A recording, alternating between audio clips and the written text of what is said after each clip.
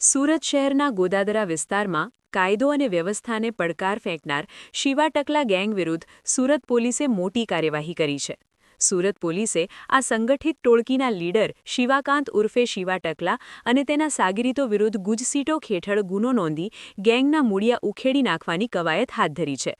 આ સમગ્ર કાર્યવાહીના પાયામાં ગત 3 ડિસેમ્બર 2025ના રોજ બનેલી એક ક્રૂર ઘટના છે. શિવા ટકલા અને તેની ગેંગે માત્ર 20,000 રૂપિયાની ખંડણી માટે નાઝીમ ઉર્ફે ભાંજા અને તેના સાથીઓ ઉપર લોખંડના પાઇપ અને લાકડાના ફટકા વડે ઘાતક હુમલો કર્યો હતો.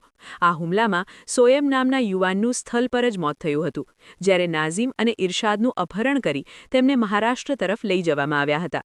રસ્તામાં નાઝીમનું પણ કરુણ મોત નિપજતા આરોપીઓ તેની લાશ હોસ્પિટલ પાસે ફેંકીને ફરાર થઈ ગયા હતા.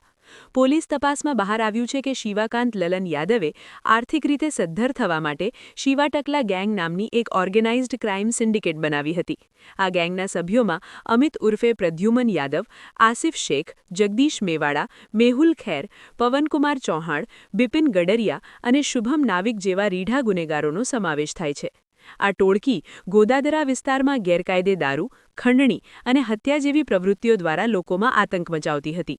મુખ્ય આરોપી શિવા ટકલાનો ગુનાહિત ઇતિહાસ અત્યંત ચોંકાવનારો છે. વર્ષ 2013થી અત્યાર સુધીમાં તેની વિરુદ્ધ હત્યા, હત્યાની કોશિશ, લૂંટ, આર્મ્સ એક્ટ અને પ્રોહિબિશનના 17થી વધુ ગુનાઓ નોંધાયેલા છે. તેની ક્રૂરતાનો અંદાજ એ વાત પરથી લગાવી શકાય છે કે તે અગાઉ 4 વખત પાસા હેઠળ જેલવાસ ભોગવી ચૂક્યો છે અને સુરતમાંથી તડીપાર થયા હોવા છતાં તેની ગુનાહિત પ્રવૃત્તિઓ ચાલુ રહી હતી. તેવી જ રીતે સહ આરોપી અમિત યાદવ પણ હત્યાના કેસમાં સંડોવાયેલો છે અને પાસા ભોગવી ચૂક્યો છે.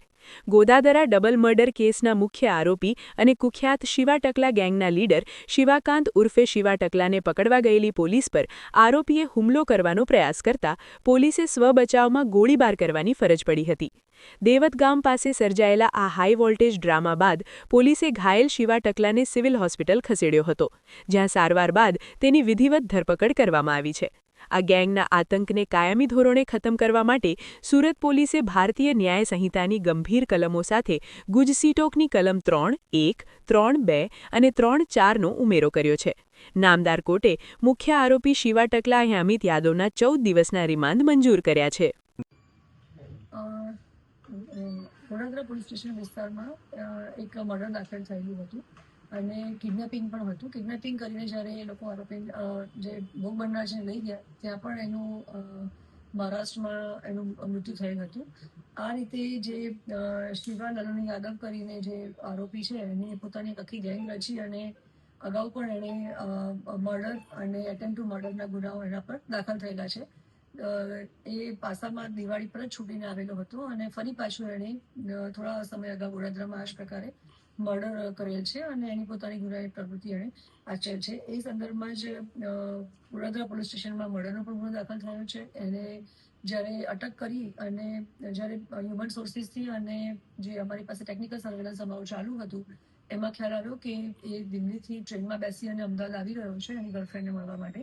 ત્યારે અમે એને ત્યાંથી કેચ કરી અને જ્યારે પરત સુરત પોલીસ સ્ટેશન વિસ્તારમાં લાવતા હતા ત્યારે એણે પોતાની તબિયત થોડી ખરાબ છે એવું નાટક કરી અને વોશરૂમ જવાના અને વોમિટ થઈ રહી છે એમ કહેવાથી જ્યારે રસ્તામાં ગાડી ઊભી રાખી તો ત્યાંથી ભાગવાનો પ્રયત્ન કર્યો એણે અને જે ડિસ્ટર્બ પીએસઆઈ છે એમની પણ ગન ખોચવી અને ઝપાઝપી કરી અને એને ભાગી જવું હતું. એ વખતે ડિફેન્સમાં પોલીસે એના પર વળતો ફાયરિંગ કરેલ છે અને એને પગમાં ગોળી વાગેલ છે. અત્યારે અમે એને એરેસ્ટ કર્યો છે અને ગુજસીટોકની પણ મંજૂરી આવી ગયેલ હોવાથી ગુજસીટોકમાં પણ અમે એને અટક કરેલ છે. કેટલા ગુના અલગ અલગ નોંધાયેલા છે એની અત્યારે હમણાં પાસામાંથી છૂટીને આવેલો છે અને અલગ અલગ એની ઉપર 17 જેવા ગુનાઓ દાખલ છે, જેમાં નાની મોટી ચોરી, લૂંટ, મર્ડર, એટેમ્પ ટુ મર્ડર પણ દાખલ થયેલા છે.